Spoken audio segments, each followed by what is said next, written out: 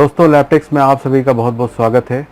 आज हमारे पास एचपी का एक केस स्टडी आपके सामने मैं पेश करने वाला हूं। इसमें कोर नहीं बन रही है, तो स्टार्ट से मतलब देखते हैं कि सिर्फ अभी मैंने सुना है कि इसमें कोर नहीं बन रही है। थोड़ा बहुत काम किया है इसमें, तो आइए मैं आपको डेमोस्ट्रेट करवाता हूँ कि क्या प्रॉब्लम है इसके अंदर। तो आइए सबसे पहले मैं आपको एक पॉइंट दिखा देता हूँ कि जो मुझे दिख रहा था, तो ऐसा लगता है कि ये तो आसान केस ही होगा। यहाँ पर आपको एक 2R2 का रजिस्टर दिख रहा होगा, ठीक है। ये बर्न हुआ है। तो जनरली क्या होता है, रजिस्टर की वैल्यू कम बहुत रेयर होती है, ये ब्लो अप होता है और इसकी वैल्यू बढ़ जाती है। तो यहाँ पर 2.2 ओम का ये रजिस्टर है, तो इसको मैं चेक करता हूँ। बीप तो आ रही है, लेकिन ये 60 ओम हो गई है। तो 60 ओम होने से क्या होता है कि अगर आप ओम्स लॉ के अकॉर्डिंग यहाँ पर आप चेक करेंगे तो करंट ये कम दे रही होगी, ठीक है। वोल्टेज तो हमें यहाँ पर जो भी पुल अप होगी 5 वोल्ट होगी मेरे ख्याल से। आइए ज़रा चेक कर लेते हैं कि अगर ये प्रॉब्लम है कि इसमें कोर नहीं बन रही है, तो कोर नहीं बनने का एक सबसे पहला प्रॉब्लम ये होता है कि रजिस्टर की वैल्यू अगर ओपन हो गई है। इसको मैं ऑन कर देता हूँ, तो आप देख सकते हैं पावर सप्लाई पर कि 200 या 250 मिली एम्पियर इसका टोटल लोड है, और होपफुली की सारी वोल्टेज बन रही होगी। जैसे मैं चेक करा देता हूँ, मोटा मोटी 1.5 बन रही है। और ये क्या है, ये इतना ज़्यादा क्यों बन रही थी, ये 2.7 है। चलिए, इसका कुछ आइडिया नहीं लग रहा मुझे ये क्या है। और ये 1.05 है, ये 1.5 है, ये 1.8 होनी चाहिए थी, ये 2.7 समथिंग हो गई है। ये यहाँ पर एक गड़बड़ ये लग रहा है मुझे। दूसरा चीज़ चेक करते हैं कि कोर नहीं बन रही है, और VCC-SA वाली जो वोल्टेज होती है, जिसको आप वोल्टेज एजेंट कहते हैं, ये भी बन रही है। ऑलमोस्ट सारी चीज़ बन रही है। GFX नहीं बनेगी, हमें GFX तब बनेगी जब हमारी कोर प्रॉपर बन चुकी होगी, तब कोर IC PWM भेजेगी इस छोटे से ड्राइवर आईसी पर। और इस ड्राइवर आईसी के 4 नंबर पिन से अगर आप जब चेक करेंगे, अगर यहाँ पर 3 या 4 नंबर पिन है, अभी डायग्राम नहीं देखा है मैंने, तो फिर उसके बाद ये भी एक्टिवेट होगी, बशर्ते कि आपकी रैम वगैरह सब डिटेक्ट हो चुकी है प्रोसेसर के थ्रू। तो यहाँ पर हम देखेंगे, जिसके लिए मैंने आपको ये पॉइंट दिखाया है कि यहाँ पर देखिए आपको वोल्टेज आपको प्रॉपर मिल रही होगी। इनपुट 4.5 वोल्ट है, और थोड़ा सा वोल्टेज को भी सिंक कर दिया इसने, 4.3 हो गया है, ठीक है। तो जनरली एक्चुअली कर क्या रहा है, ये करंट को सिंक कर रहा है, तो करंट को ये रोक रहा है। जैसे ही रजिस्टर की वैल्यू आप अप करते जाएंगे तो आपकी करंट डाउन होती जाएगी।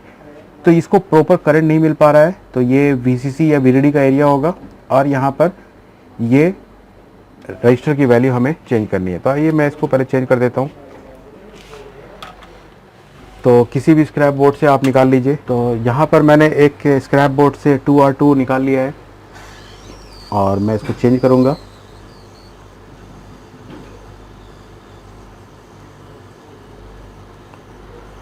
तो सबसे पहले आपको बोर्ड में फिजिकल देख लेना चाहिए। बहुत ज़्यादा मेहनत करने की ज़रूरत नहीं होती है लैपटॉप रिपेयरिंग में, बस अगर बशर्ते कि आपका कंसेप्ट क्लियर है कि क्या लॉजिक होती है, इसके ख़राब होने से क्या इम्पैक्ट हो सकता है।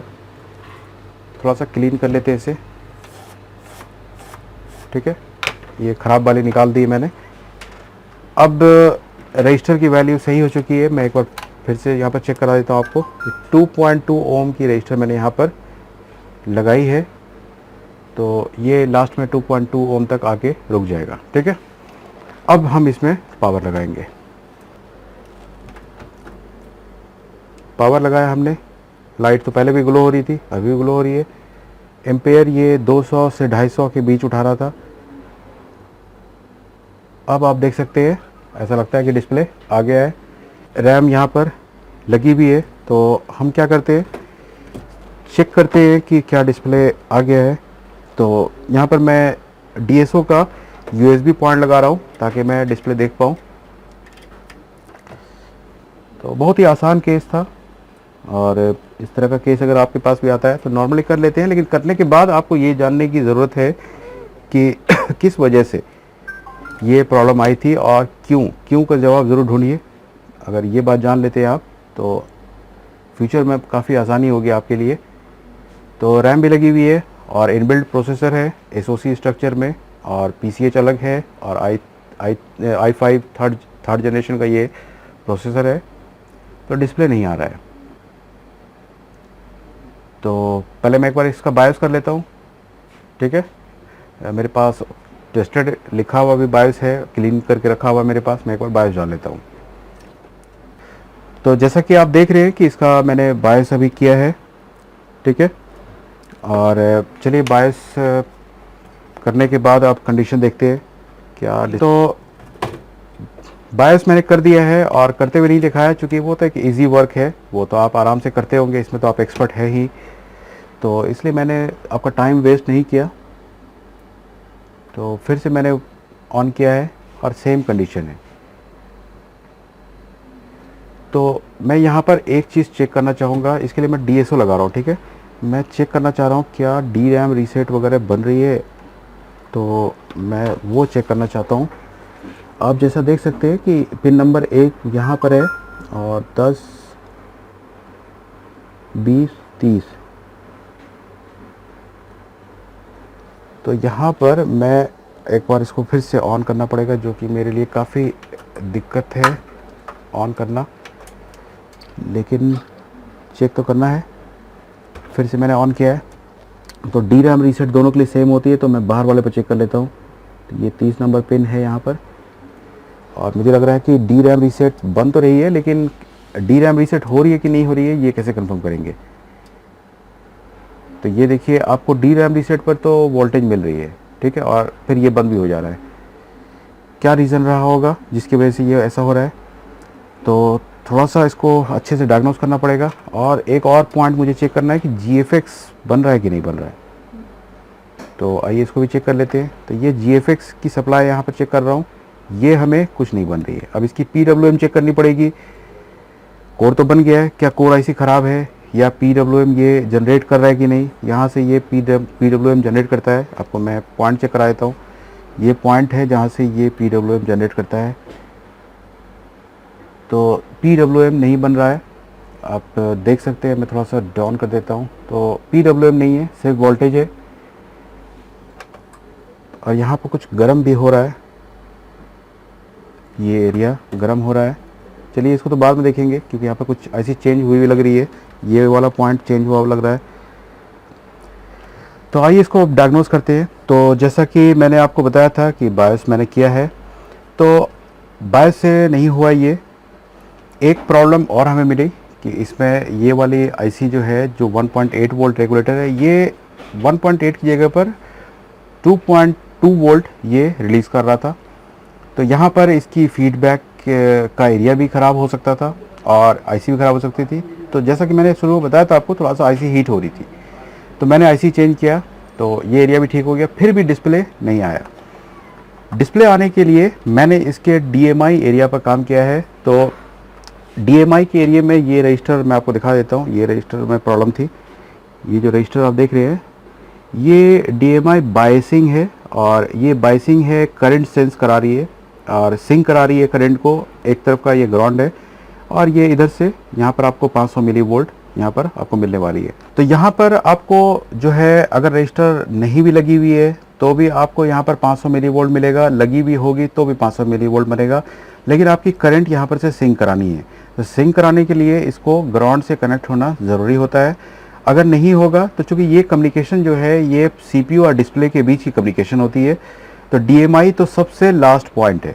जब हम बताते हैं कि लैपटॉप रिपेयरिंग ट्रेनिंग सिखाते हैं हम लोग, तो लोग पूछते हैं कि क्या क्या सिखाते हैं। तो हम लोग स्टार्टिंग में बताते हैं कि DC इन से लेकर के DMI एरिया तक, यानी डायरेक्ट मीडिया इंटरफेस तक हम लोग सिखाते हैं। तो उसमें इसकी क्या रिक्वायरमेंट है, PLT रीसेट के बाद अभी 6-7 पॉइंट और होती है DMI तक पहुंचने के लिए। DMI में भी कौन सी इंपॉर्टेंट सिग्नल होती है, वो भी हम लोग आपको जो है वीडियो कोर्स में हम लोगों ने डिटेल से बताई है। इस पर्टिकुलर केस में जो इसकी बायसिंग करंट थी वो प्रॉपर नहीं थी। तो अब जरा इसका कंडीशन देख लेते हैं। क्योंकि मैं आपको सिर्फ सॉल्यूशन बता दे रहा हूँ कि कहाँ कहाँ पर से प्रॉब्लम इस तरह की आ सकती है। ऑन होकर के सडन ऑफ होने में या थोड़ा देर के बाद ऑफ होने में एक तो जैसे मैंने बताया कि 1.8 हीट अप हो रही थी, एक ये भी रीज़न हो सकता है। उसके बाद बंद नहीं हो रही थी। उसके बाद क्या हो रहा था कि लैपटॉप में डिस्प्ले नहीं था, बंद नहीं हो रहा था, नो डिस्प्ले केस हो गया।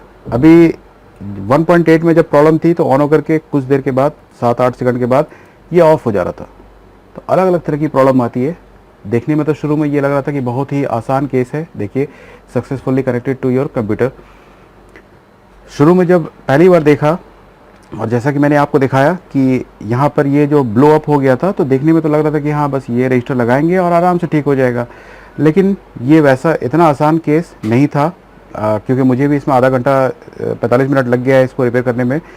इस रजिस्टर को चेंज कर, ये तो दिखाया मैंने आपको, ये वाला पोर्शन जो है 1.8 की जगह पर 2.2, इसलिए आप भी केयरफुल रहिए। देखिए, मैंने आप अभी यहाँ पर डायग्राम इसलिए खोल रखा है ये कंफर्म करने के लिए कि यहाँ पर 1.8 बनेगी या 2.2 बनेगी। तो इन जनरल होता है बोर्ड में 2.2 भी होती है, किसी किसी बोर्ड में, जैसे 5010 के बोर्ड में 2.5 भी वोल्ट बनती है। अभी लेटेस्ट बोर्ड जो आपकी जिसमें DDR4 लग रही है उसमें VPP की वोल्टेज जो है वो 2.5 वोल्ट बनती है। तो यहाँ पर इस बोर्ड में मैंने आज तक 2.5 वोल्ट नहीं देखा, इसलिए सस्पेशन यहाँ पर गया।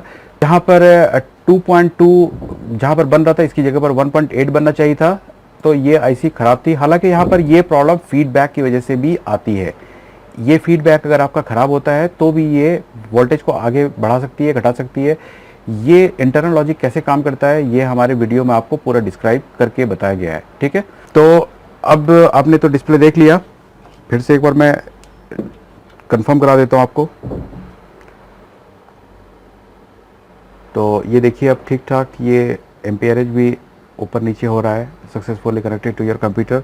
तो गाइज, आई होप कि आपको ये वीडियो पसंद आया होगा। इसमें देखिए इन्फॉर्मेशन बहुत लंबी चौड़ी है, इसलिए मैं यहाँ पर बहुत ज़्यादा डिस्क्राइब नहीं कर पाऊँगा, क्योंकि DMI सबसे लास्ट सिग्नल है। इसके पहले कम से कम आपको 100-150 सिग्नल कम से कम अगर आपको पता है कि ये पहले चेक करने होते हैं।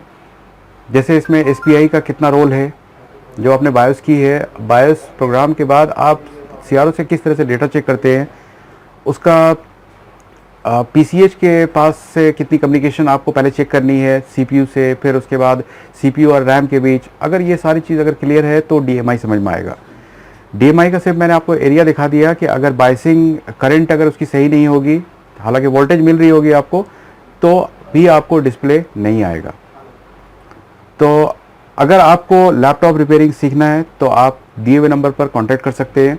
अगर आपको किसी इंडिविजुअल सेक्शन का वीडियो चाहिए तो आप उसके लिए भी हमसे कांटेक्ट कर सकते हैं। जनरली चार्जिंग प्रॉब्लम में सब लोग फंस जाते हैं, तो चार्जिंग का आप इंडिविजुअल सेक्शन भी ले सकते हैं, 3-5 का इंडिविजुअल सेक्शन ले सकते हैं, CRO का इंडिविजुअल सेक्शन ले सकते हैं, या कोर का इंडिविजुअल सेक्शन ले सकते हैं। तो जिस एरिया में आपको प्रॉब्लम आ रही है आप हमसे क्वारी करिए और आप उस सेक्शन के लिए हमसे इंक्वायरी कर सकते हैं। तो अगर आपको ये वीडियो पसंद आया है तो प्लीज़ इसे ज़्यादा से ज़्यादा लाइक करिए और अपने ग्रुप्स में इसे शेयर करिए ताकि दूसरे भी इसका एडवांटेज उठाएं। और अगर अभी तक आपने हमारे चैनल को सब्सक्राइब नहीं किया है तो प्लीज़ इसको सब्सक्राइब करिए, साथ में बेल आइकॉन को ज़रूर प्रेस करिए ताकि आपको नोटिफिकेशन मिलता रहे।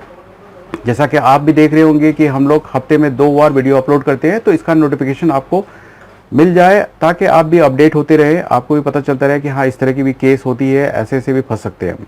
तो इसी तरह से आप कमेंट करते रहिए और इसी तरह से हमें प्यार करते रहिए। Thank you guys, thank you for watching this video.